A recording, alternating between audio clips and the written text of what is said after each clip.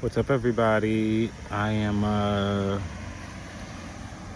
chilling at the park. I got a lot going on, and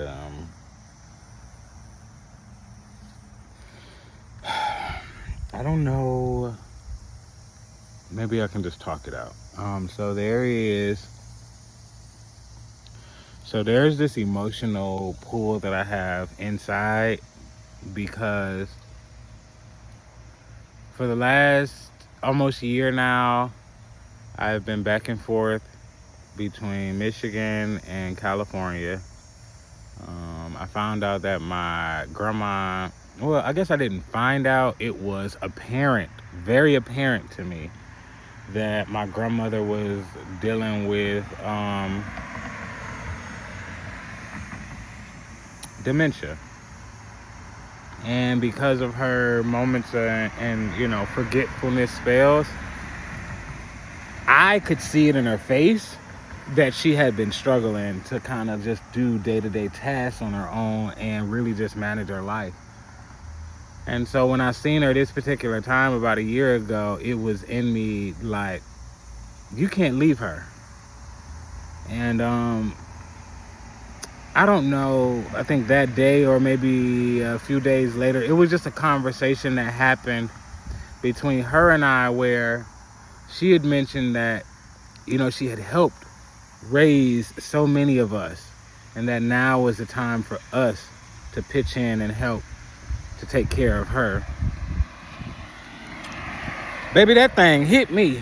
It hit me like a motherfucking tractor trailer, and it made me say, you know what?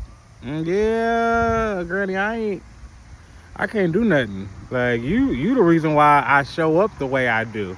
The reason why I go into spaces so bold and audacious because of, how you showed up in my life and what you gave me as a kid, and so it's been almost a year, honestly, and work has worked out to the point where I was able to do stuff and be kind of in between, right? And be here and be there.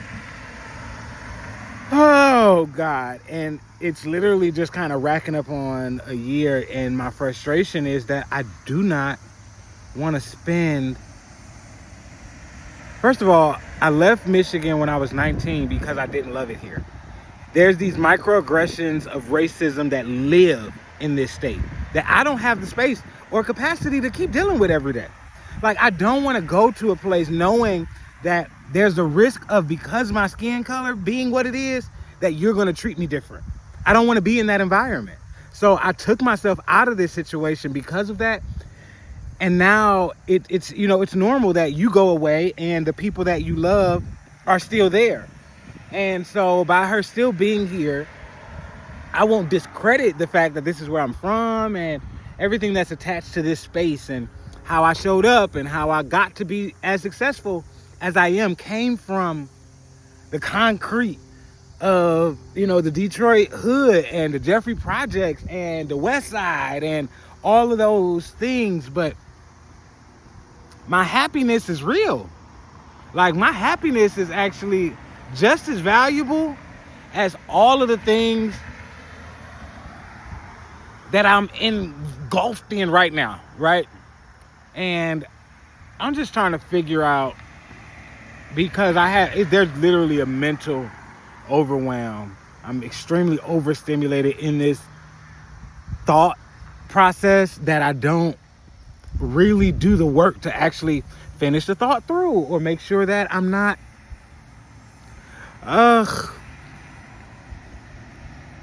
running in circles. And right now I'm in a circle because I've been like having these conversations with God. And hey, listen, I'm only here until my grandma die. That's like a real conversation. If you can't take that, then the rest of what I'm going to say might not even relate to you. But I'm only here until my grandma dies. I don't see myself living here long term. That's never been like my vision for my life. Like, I love Michigan, but I love warm weather. Weather is very important to me. So for me, it's kind of like I really want to make sure that whatever I'm doing, that is with intention. And the intention right now is making sure that Granny is good and that she has all she needs, like that she's comfortable. And whenever that day comes and she transitions, if I leave the next day, baby, I was here on a mission, on assignment. But I say all of that to say that there's still these emotions that continuously rise, and I try to subdue them. And they're really like sad spurts that happen just when I look around. I have to be in nature. Nature is my go-to place to cleanse, reset, and recalibrate. And I know that being able to just go outside, that season for Michigan is about to be over with. Like, and so it's just the little micro things that I'm trying to like really process in my mind and see how this could even make sense for me. How could this even, alleviate some of the stress of like chasing my dream, but also living in this reality that there's somebody who fed me that I have to feed right now. And I just think that it's important. I don't think that there's anything, difficult about what I'm dealing with. But there is a lot of like, I hate it here in me. Like, I don't like, but I know it's bigger than me. Like, what? You know what, y'all? I got to stop doing this because clearly I think that there's hair on the side of my I got a bang and I just be tucking it, especially when I'm talking to y'all. I went back in a few videos and realized like that's not just a thing, it's a thing that I do only when record starts. But yeah, so I'm just trying to figure out what it is that I need to do. No. I know what it is that I need to do. I literally had this whole conversation with God. A whole conversation with God. Got clarity, checkpoints, and everything. But I'm like, really, God? Really, God? That's what you want me to do? Like, Michigan? A winter in Michigan, God? Me? So that's where I'm at right now. Really trying to figure out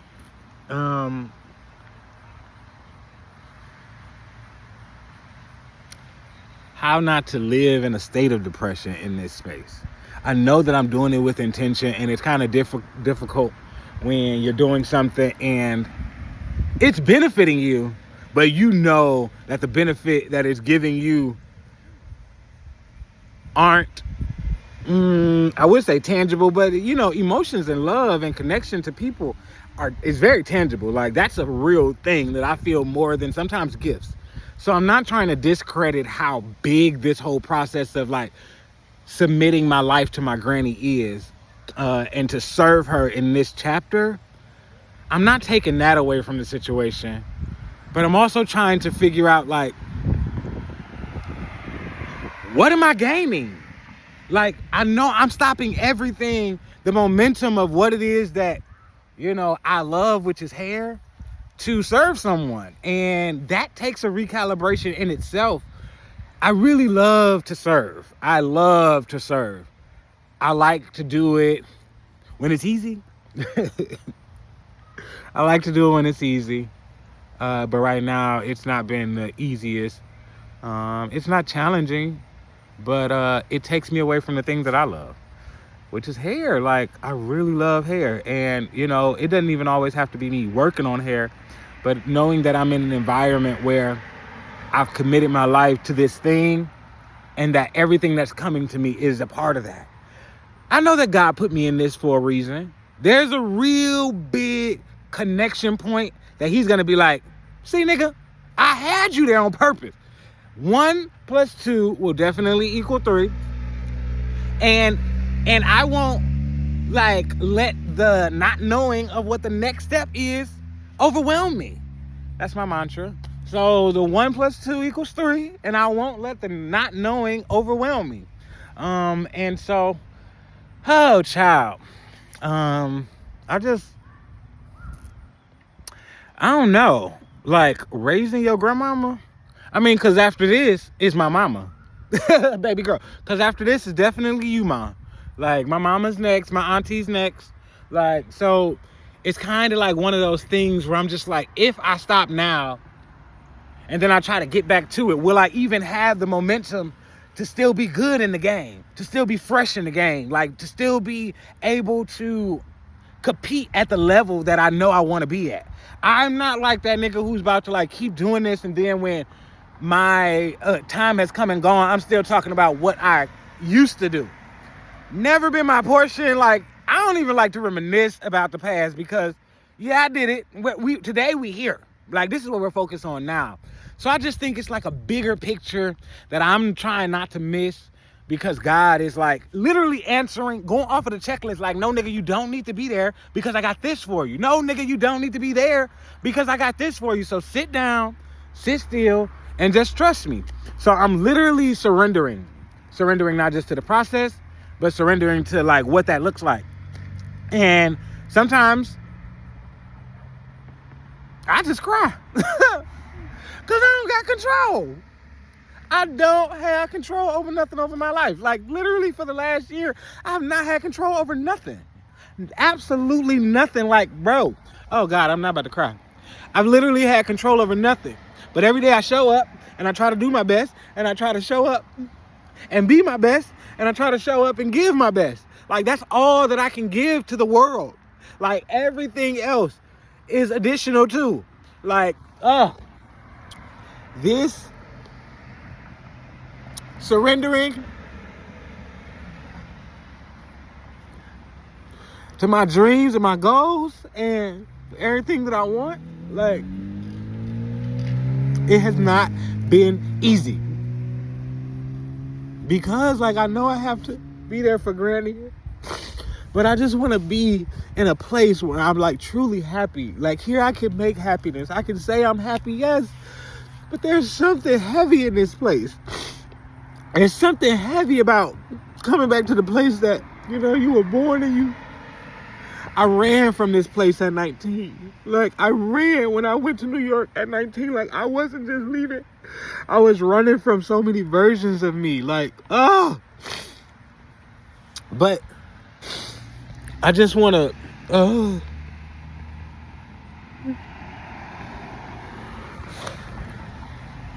I just want to do it.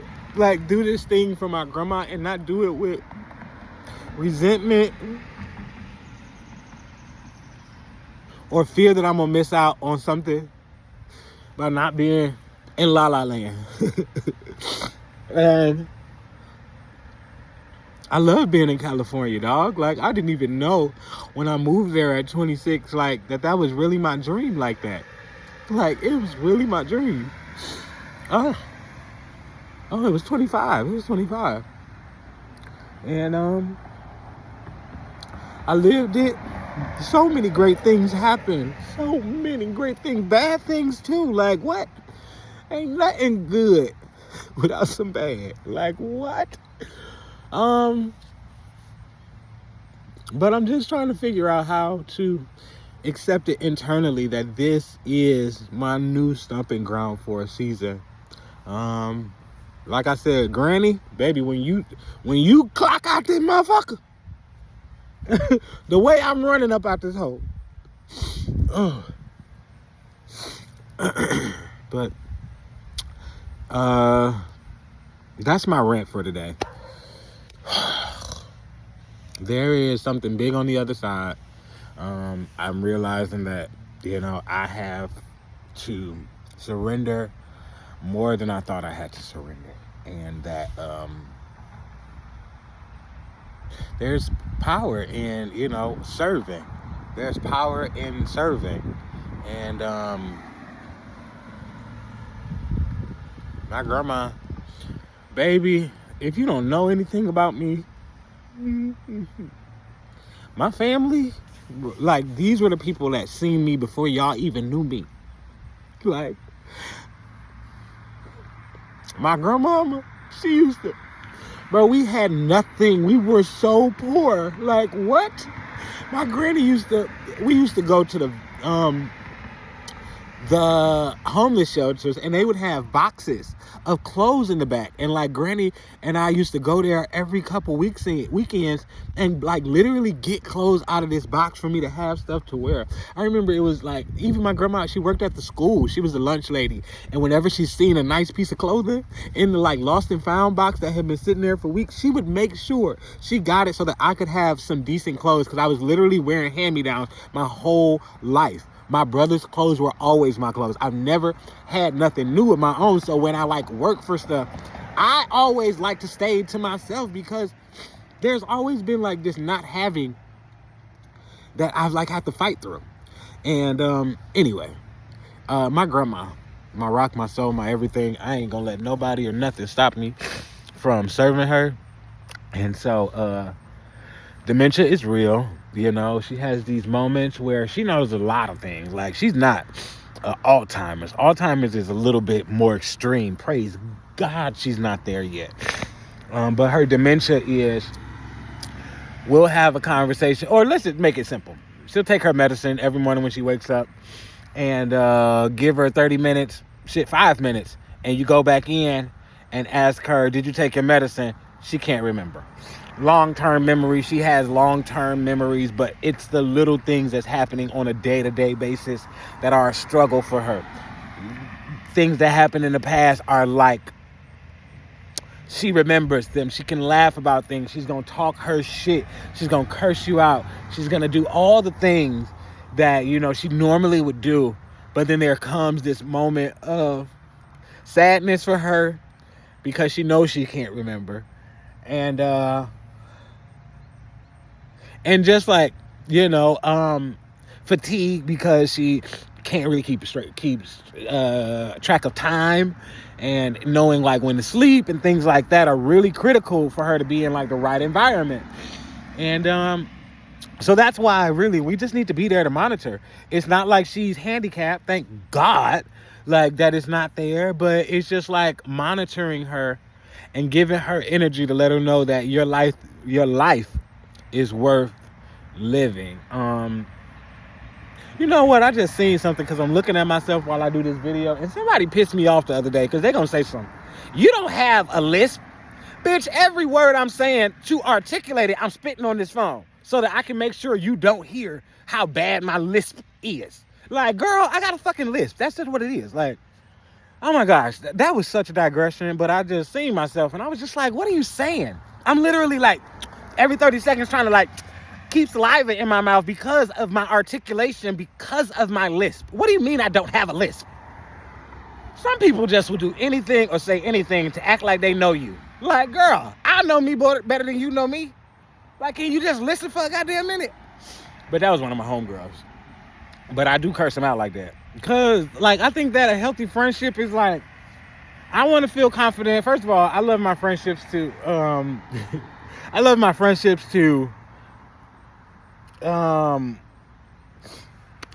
to be very confident, to be heavy on the talk shit and extremely heavy on the cockiness. Like, talk your shit and live in it, because I want to hype you up. Like, but also, like, we gonna joke and we gonna talk our shit, because if you can't take it from me, you clearly ain't gonna be able to take it from the people that we gonna be in front of.